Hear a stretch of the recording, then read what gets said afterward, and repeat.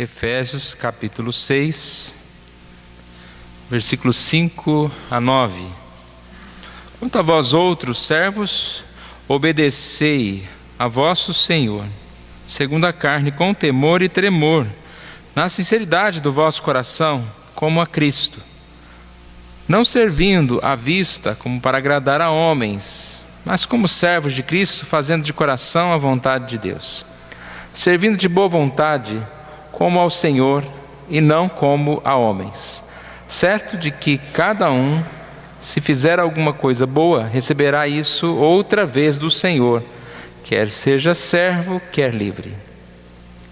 E vós, senhores, de igual modo procedei para com eles, deixando as ameaças, sabendo que o Senhor, tanto deles como vosso, está nos céus, e para com Ele não há acepção de pessoas.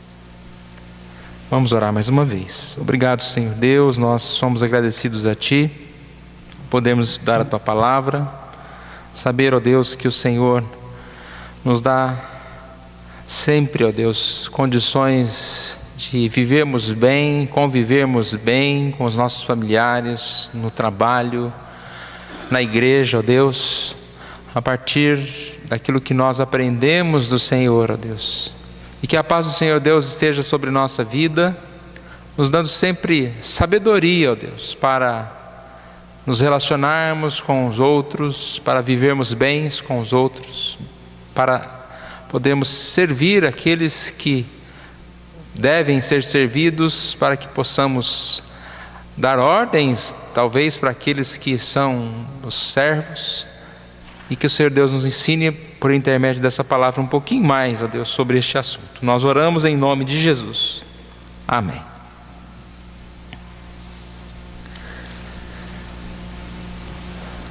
A presença de Deus no nosso coração, como nós já temos dito, ela é visível a partir de um fruto chamado amor, relacionamentos.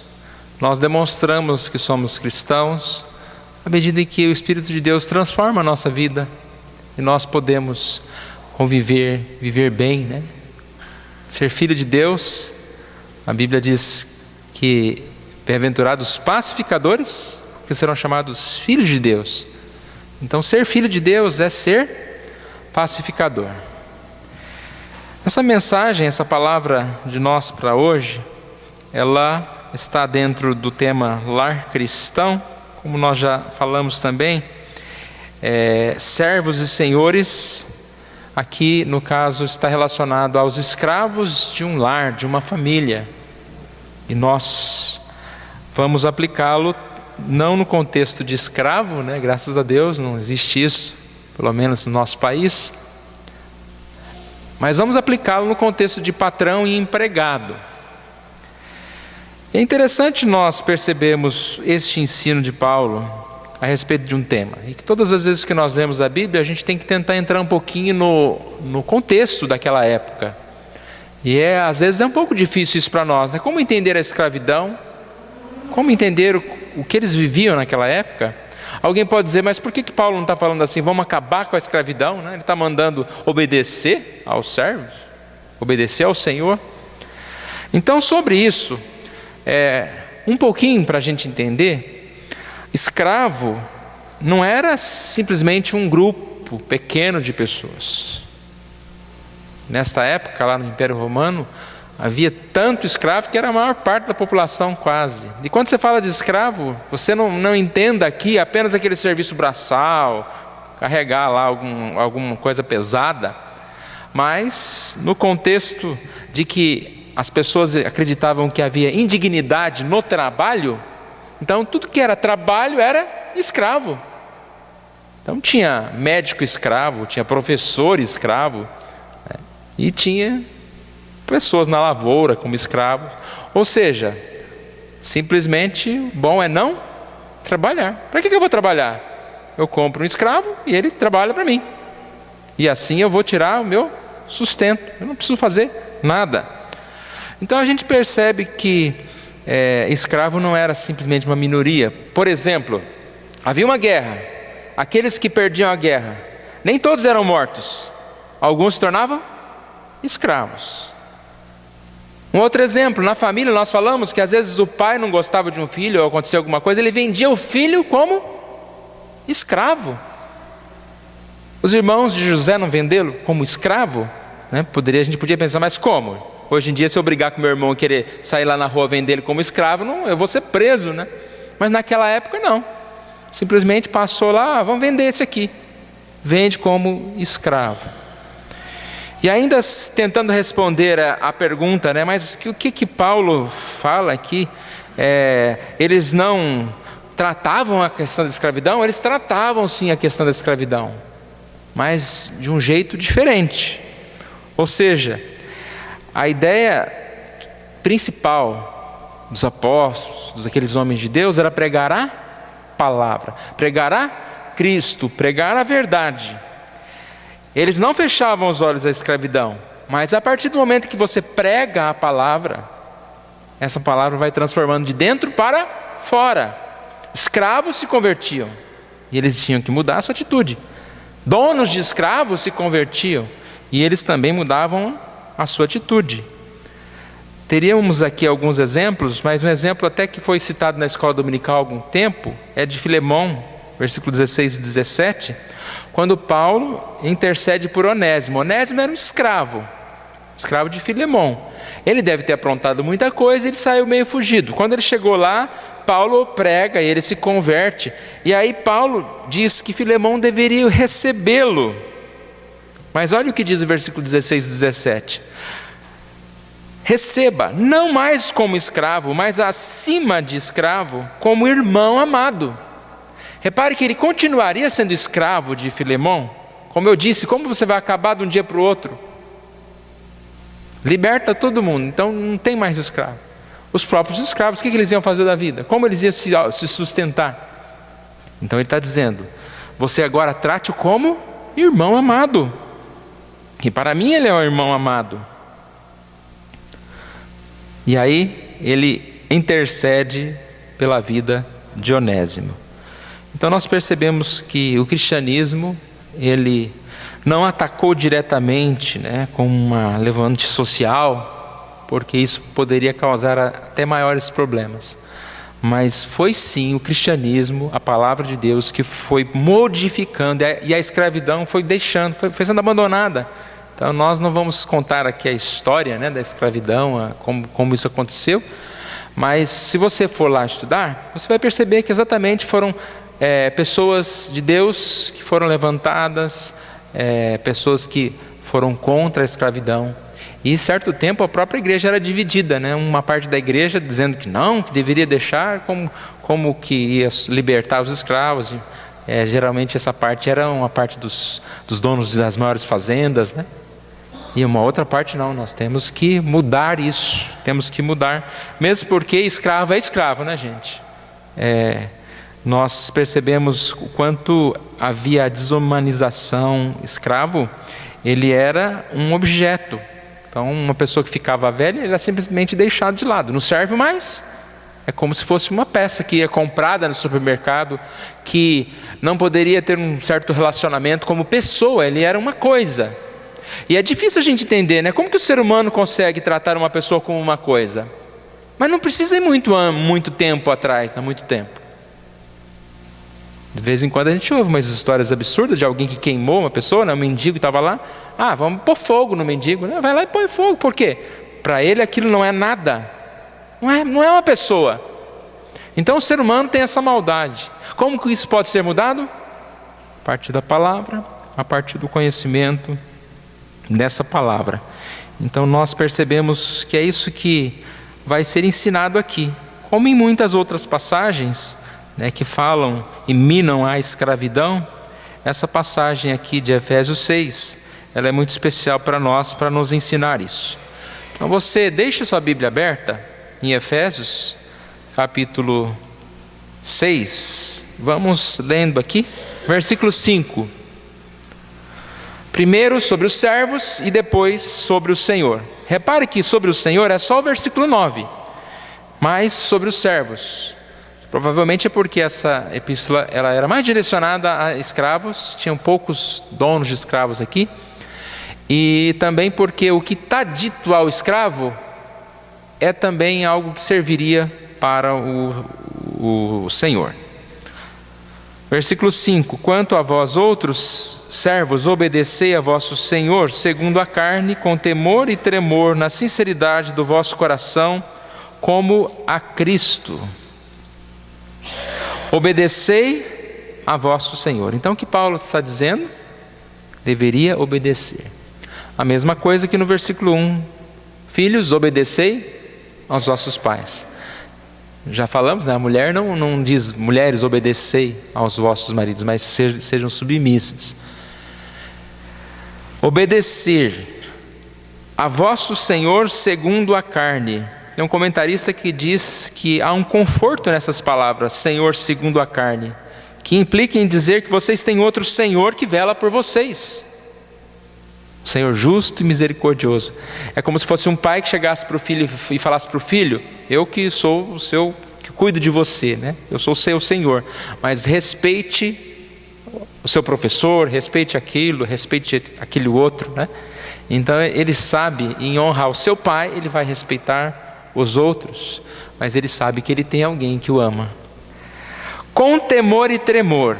Essa palavra aqui pode parecer que o escravo deveria então obedecer de forma a ter medo, né? a não reagir à tirania, à maldade. Mas a palavra temor e temor aqui é simplesmente a ideia de dever, com respeito, com um sentimento de dever mesmo, como alguém que precisa cumprir uma tarefa. É uma forma respeitosa de se obedecer. A gente vê isso em 2 Coríntios 7,15, quando Paulo está falando às pessoas, né, aos coríntios, que tinham recebido a Tito. E Paulo diz então que eles o receberam com temor e temor. 2 Coríntios 7,15. E o seu entranhável afeto cresce mais e mais para conosco, lembrando-se da obediência de todos vós, de como o recebestes com temor e tremor. E o seu entranhável afeto, ele está falando de Tito. Tito foi tão bem recebido com temor e tremor que ele teve um afeto crescido. É quando você vai num lugar e você é tão bem recebido e você parece que fica mais amigo daquelas pessoas, você fica grato, feliz por aquela recepção que você teve. Aqui diz que ele estava feliz, lembrando-se da obediência de todos vós e de como recebeste com temor e tremor. Então é isso que ele está falando aqui. Você, aí eu já vou aplicando, não vou ficar falando de escravo o tempo todo, mas você que trabalha, você que tem um patrão, você deve respeitá-lo e fazer de uma forma obediente, respeitável, a ponto dessa pessoa realmente perceber o seu empenho, a sua luta, o seu envolvimento com o trabalho, que é a sua responsabilidade. Aqui Paulo prossegue dizendo: na sinceridade de seu coração, como a Cristo, com gentileza de coração. Ou seja, não de má vontade, não com aquele espírito vacilante, vou ou não vou. Sabe quando alguém te chama para fazer alguma coisa e você fica totalmente feliz por aquilo e fala: vamos lá, que bom que você lembrou de mim. Tem isso ainda, né? Você fica feliz porque você vai fazer alguma coisa, ajudar alguém. Essa é a ideia. E aqui quando diz como a Cristo, é essa ideia de como se você estivesse servindo a Cristo. Você vai perceber que vai aparecer várias vezes aqui. No versículo 5 fala como a Cristo. No versículo 6 fala como servos de Cristo. No versículo 7 fala como ao Senhor. Então é uma repetição trazendo ideias diferentes. No caso aqui, essa sinceridade é a ideia de como a Cristo, ou seja, com convicção de que realmente vocês estão obedecendo ao próprio Senhor Jesus. Eu não dei o exemplo do pai que chega para o filho e fala: você deve obedecer o seu professor, lá no seu emprego, você deve respeitá-lo, né? Então, quem que está falando isso? Mais do que Paulo, não? Deus está falando isso para nós. Você deve respeitar e obedecer ao seu patrão. Você deve fazer isso como a Cristo. Então você na verdade está obedecendo a Cristo, quando você cumpre o seu trabalho de forma bem feita. E aí entra então essa ideia, né, de responsabilidade, de servir a Cristo. E com certeza fazendo o melhor, obedecendo e servindo a Cristo. Versículo 6, vamos seguindo. Não na forma de servir à vista, como os que agradam aos homens, mas como servos de Cristo. Então essa ideia de não fazer simplesmente à vista. Sabe aquele funcionário que só trabalha quando o chefe está olhando? Então o chefe tem que estar lá o tempo todo. Isso é ruim, gente. A gente ouve muito isso, né? Donos de empresa falam, você que é patrão, você tem que ficar o tempo todo vigiando. Se você sair da sua empresa, a empresa para. E não devia ser assim. Se o patrão tem um funcionário e cada funcionário tem uma função específica, por que o patrão tem que ficar lá vigiando o funcionário? É servo. E aí a gente vê que isso acontece em todo lugar, né? Você contrata um serviço, você tem que ficar vigiando o funcionário. A gente brinca aqui na igreja, né, Pedro? Que às vezes tem que fazer uma coisa na igreja, mas larga lá. Se não ficar vigiando, ficar ligando, pedindo. E a hora que você paga ainda, né? Mas a ideia aqui é, você como servo, não faça só porque você está sendo vigiado, mas como servos de Cristo. E é exatamente essa ideia de que Cristo sempre está nos vendo. Não há como Cristo não nos ver. Se nós trabalhamos para Cristo, como servos de Cristo, nós nunca vamos fazer um trabalho mal feito, né? Porque Cristo está nos vendo o tempo todo. Aqui diz, como a Cristo, não servindo à vista, e depois fazendo de coração a vontade de Deus. Fazendo de coração a vontade de Deus. Essa ideia, né, de que nós servimos a Cristo. E quando nós entendemos que nós estamos servindo a Cristo, nós entendemos que não há um esforço mais do que ao meu patrão. O meu trabalho é uma forma de servir a Cristo. Tem aquela ilustração que eu creio que muitos já ouviram, de um pedreiro que foi interrogado, carregando no seu carrinho de mão vários tijolos. E a pergunta foi, o que você está fazendo? E a resposta dele, eu estou construindo uma catedral para o Senhor. Então ele poderia falar qualquer coisa, né? Eu estou carregando tijolos. Eu estou aqui nesse emprego horrível, né? Vou ganhar apenas um salário aqui de assistente. Não, ele falou, eu estou construindo uma catedral para o Senhor. Quando a gente tem em mente que o que a gente está fazendo, a gente está servindo ao Senhor, muda, não? Nosso trabalho é um ministério. Deus nos colocou em algum trabalho. É o nosso ministério. Deus coloca alguns como patrão para servir também ao ministério deles. E Deus coloca cada um de nós em determinados lugares para servirmos ao Senhor. Essa ideia de como ao Senhor, também a gente pode aplicar em relação a como se a gente estivesse fazendo aquele serviço totalmente para Deus. E essa ideia, como a gente trabalha para o Senhor? Como nós realizamos a obra do Senhor? 1 Crônicas 29:17 é uma passagem que fala como nós devemos realizar a obra do Senhor. Bem sei, meu Deus, que tu provas os corações e que da sinceridade te agradas. E eu também, na sinceridade de meu coração, dei voluntariamente todas essas coisas. Acabo de ver com alegria que o teu povo que se acha aqui te faz ofertas voluntariamente. Já falamos que nós trabalhamos para o Senhor. que o Senhor nos vê o tempo todo, e como nós devemos trabalhar para o Senhor da melhor maneira possível, com todas as nossas forças. A palavra usada aqui é sinceridade, né? Voluntariedade. Tudo isso que nós estamos mostrando aqui, falando a respeito desse trabalho, né? Com temor, sinceridade no coração, fazendo a vontade de Deus, de coração a vontade de Deus.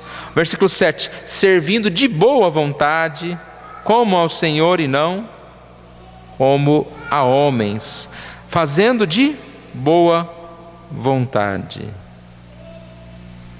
De boa vontade.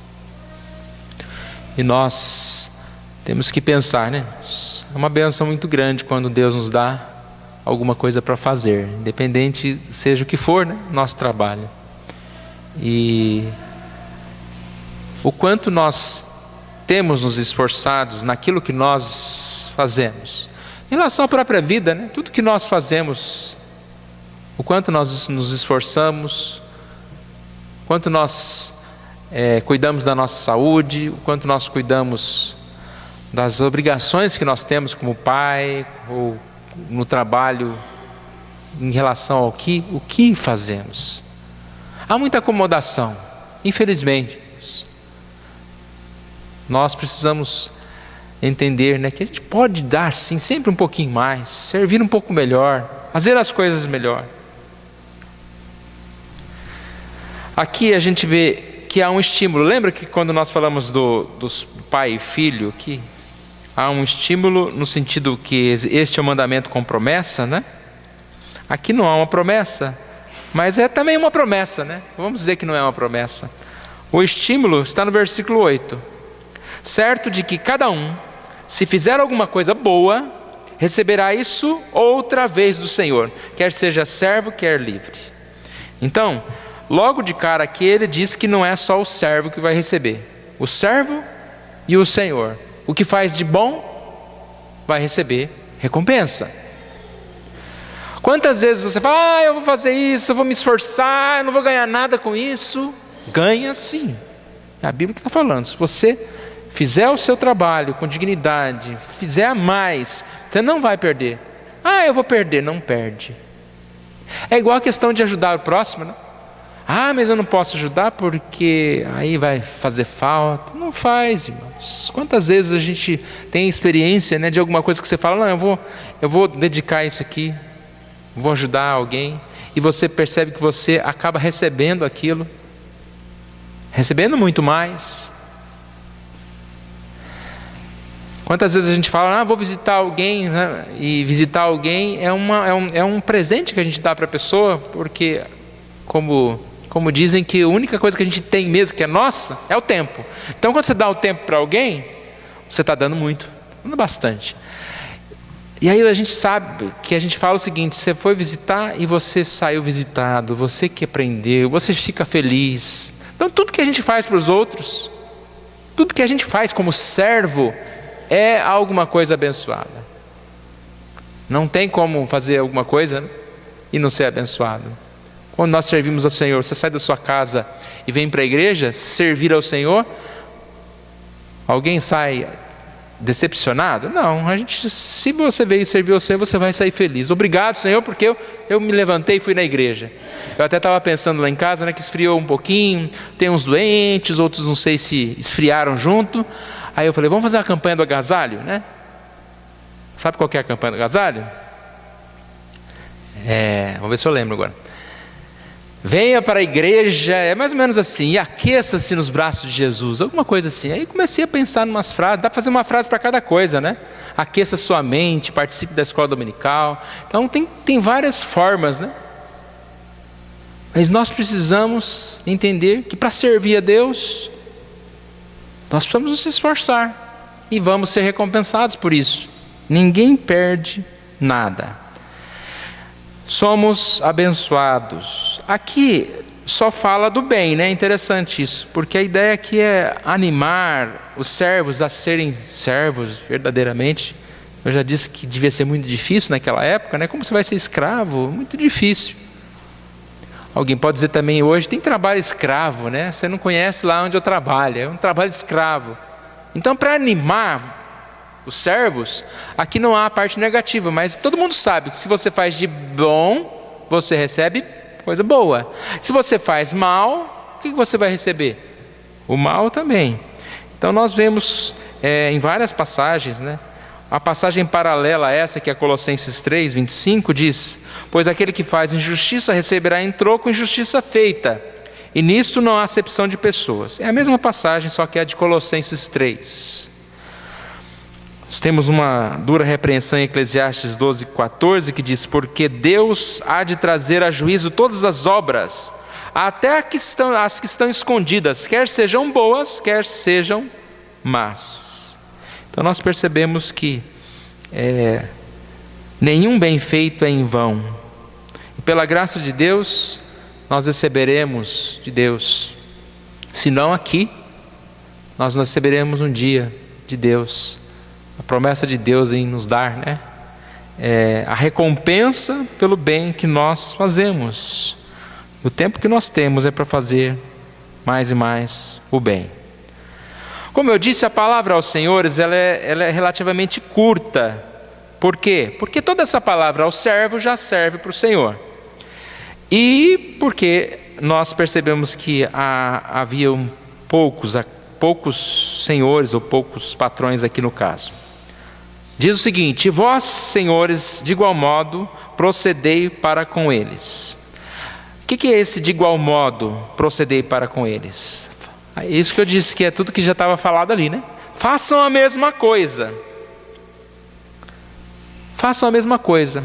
A base desse texto todo é lá o versículo 21, que diz: sujeitando-vos uns aos outros no temor de Cristo. 5, 21. Sempre a ideia de função. Cada um tem uma posição. Cada um tem que respeitar a posição do outro. Tem o técnico que vai escalar. Já pensou? O jogador lá fala: não aceito, você não me escalou, mas eu vou jogar e pronto. Não, tem que respeitar o técnico. Tem o centroavante, tem o goleiro, né? Cada um tem a sua função, tem que desempenhar bem a sua função. E aqui diz então: façam de igual modo, ou seja, não é porque você é patrão, não é porque você é o dono, você pensa que você vai explorar, que você vai sempre só receber. Você também tem que dar. É a ideia de que a cooperação é uma via de mão dupla. Promovam o bem-estar dos seus escravos, da mesma forma, espere que você vai receber algo em troca. Paulo diz aqui, muito claro para eles, que não há essa superioridade. Os senhores, os patrões, eles têm muitas vezes na cabeça essa ideia de privilégio, né? E aí, porque eles são privilegiados, porque eles têm o poder na mão, eles muitas vezes esquecem que eles não podem usar isso para magoar, para oprimir, para judiar dos seus funcionários. Aqui diz: deixando as ameaças. Deixando as ameaças. Ou seja, da mesma forma que os pais não devem provocar os seus filhos à ira, o Senhor não pode abusar da sua posição de autoridade. Imagina naquele contexto de escravo, irmãos, que você simplesmente, se você quisesse crucificar o seu escravo, você crucificava. Como não abusar dessa autoridade? Autoridade é algo difícil. E aí a gente vê, né, muitos relacionamentos baseados em ameaça. Isso não é bom. O patrão que precisa ameaçar os seus funcionários para conseguir alguma coisa já está errado. Um dia eu estava no shopping e a dona lá, a mulher que estava no caixa, ela parecia que estava com medo. E alguém pediu para ela fazer alguma coisa, acho que trocar uma promoção lá. E ela olhava para trás assim: eu não posso, porque meu patrão me manda embora. Uns dias depois eu vi lá uma reportagem que uma funcionária de um estabelecimento foi mandada embora porque tomou uma garrafinha de água lá da empresa. Foi mandada embora. E a gente costuma ver nesses lugares, a pessoa trabalha em restaurante e muitas vezes ela tem que levar uma marmita de casa. Ela não pode comer a comida que está ali, naquele lugar. São coisas estranhas que acontecem, né, nessa questão de patrão e empregado. Então está dizendo aqui, você, patrão, você tem que ter atitude positiva e não negativa. Não pode ficar proibindo, ameaçando as pessoas. É bonita a questão da autoridade, né? Existe autoridade e autoridade. A autoridade daquele que chega e ele tem autoridade. Ele conquistou aquela autoridade. E existe aquele que chega com a autoridade que o outro treme inteiro, né? Sim, senhor, não, senhor. Ele não conquistou, ele tem autoridade, mas uma autoridade de violência. Eu achei interessante uma história, não sei quantos já ouviram falar de um senhor, acho que é Monty Roberts, ele é conhecido como encantador de cavalos. Ele contando a história da vida dele, o pai dele era domador de cavalos, numa época antiga dos Estados Unidos, que tinha cavalo lá solto por todo lado. E como que ele ganhava dinheiro? Era só ir lá pegar um cavalo qualquer, não precisa pagar nada, pegava o cavalo, domava o cavalo e vendia o cavalo manso. Como que o pai dele fazia isso? Bate no cavalo, até o cavalo ficar manso, né? Era uma técnica que demorava tempo. Alguns cavalos demoravam meses para ser amansado. Aí ele fala, se o meu pai tratava assim os cavalos, imagina como ele me tratava. E ele disse que tinha não sei quantos ossos do corpo quebrado pelo pai, né? E ele disse que gostava muito quando o pai dele mandava ele sumir um pouquinho e para trazer um cavalo. Fala, você agora vai domar cavalo. E o que ele fez? Ele não ia bater no cavalo. E ele sentava e ficava observando. E agora eu não sei os detalhes corretamente, depois os irmãos pegam, dá para ler isso na internet. Ele ficava observando como que os cavalos, a égua e o macho, como que eles se relacionavam, como que acalmavam o outro. Então tinha todo um esquema de um olhava, se afastava uma certa distância, e ali havia uma troca de olhares, e depois havia uma aproximação, e a própria fêmea ela virava de costa e vinha o macho e colocava assim a cabeça no ombro daquela égua lá. E ele pensou, será que não vai dar certo se eu fizer isso também? E ele começou a fazer isso. Então hoje ele doma cavalo em 5 minutos, o cavalo mais bravo que tem, ele simplesmente usa a mesma técnica que o cavalo tinha lá. Então ele olha para o cavalo e faz lá umas coisas lá, e depois ele senta no chão, e aquele cavalo super bravo vem e coloca a cabeça no ombro dele. Um dia eles mediram a pulsação do cavalo e dele, o batimento. É interessante como ele consegue se sincronizar com o cavalo, lá na sincronizar, era a mesma assim, a velocidade. O cavalo ia acalmando, ele acalmava, e os dois se entendendo. Bom, em resumo, tem 2 jeitos de você tentar a autoridade: na violência, ou compreendendo, ou ajudando, ou assim tendo atitudes positivas, né? O finalzinho aqui diz, sabendo que o Senhor, tanto deles como vosso, está nos céus, e para que com Ele não há acepção de pessoas. Para com Ele não há acepção de pessoas. Interessante aqui, quem pensa em privilégios, quem acha-se privilegiado, esquece uma coisinha aqui. O Senhor, o patrão, ele também tem um Senhor. E o mesmo Senhor do escravo é o Senhor do patrão, o mesmo Senhor do funcionário é o Senhor do chefe. Jesus é o nosso Senhor. E para Ele não há acepção de pessoas. O que Ele quer dizer isso, que não há acepção de pessoas? Ou seja, se Ele, como patrão, como Senhor, está acostumado a ser bajulado, lisonjeado, isso não aconteceria aqui. Deus trata todos igualmente. Concluindo, irmãos, esse texto nos ensina que os escravos devem obedecer a seus senhores. Os senhores pararem com as ameaças. Para que o escravo obedeça ao seu senhor, basta lembrar, né, que ele é servo de Jesus. Então, mais do que servindo a um patrão, eu estou servindo a Jesus. Eu estou fazendo um trabalho voluntário a Deus. Patrões e empregados, a igualdade. Nós temos o mesmo Senhor. Patrões e empregados, devemos agir com justiça. E o que é a justiça que pode ser resumida? Patrão e empregado devem lembrar que têm direitos e deveres. Você já reparou que quando há uma crise, o patrão está preocupado com os seus direitos. Não toma essa água porque essa água é minha. O funcionário está preocupado com os seus direitos. Eu estou com sede, não tem um lugar para eu beber água. Então a ideia que é justiça é pense nos seus direitos, mas pense nas suas responsabilidades. E tem certos momentos que a gente tem que pensar mais nas nossas responsabilidades.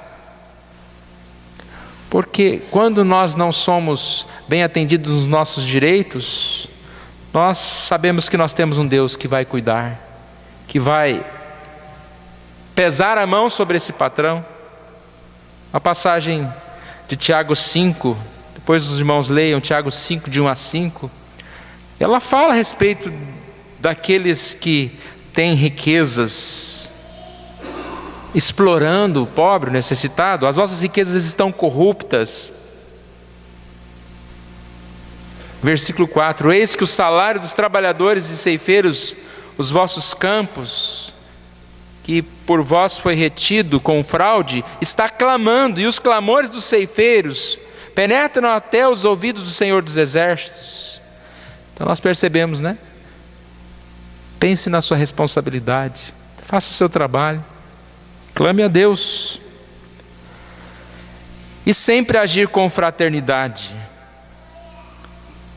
lembrando que todos nós vivemos unidos, não há escravo nem livre, porém Cristo está em tudo, em todos. Deus nos abençoe, irmãos, nós possamos pensar um pouquinho nesse tema. Todos nós temos aí uma segunda-feira pela frente, tantas coisas a fazer. Façamos o melhor, sejamos colocando nas mãos de Deus. Vivemos num país tão complicado, né? Tantas desigualdades, tantos problemas, mas que nós possamos servir a Deus, possamos cumprir as nossas obrigações e amar o nosso próximo. Ser submisso é só através do amor, não tem outro jeito. Enchei-vos do Espírito, sujeitando-vos uns aos outros. Vamos ficar em pé, nós vamos orar mais uma vez.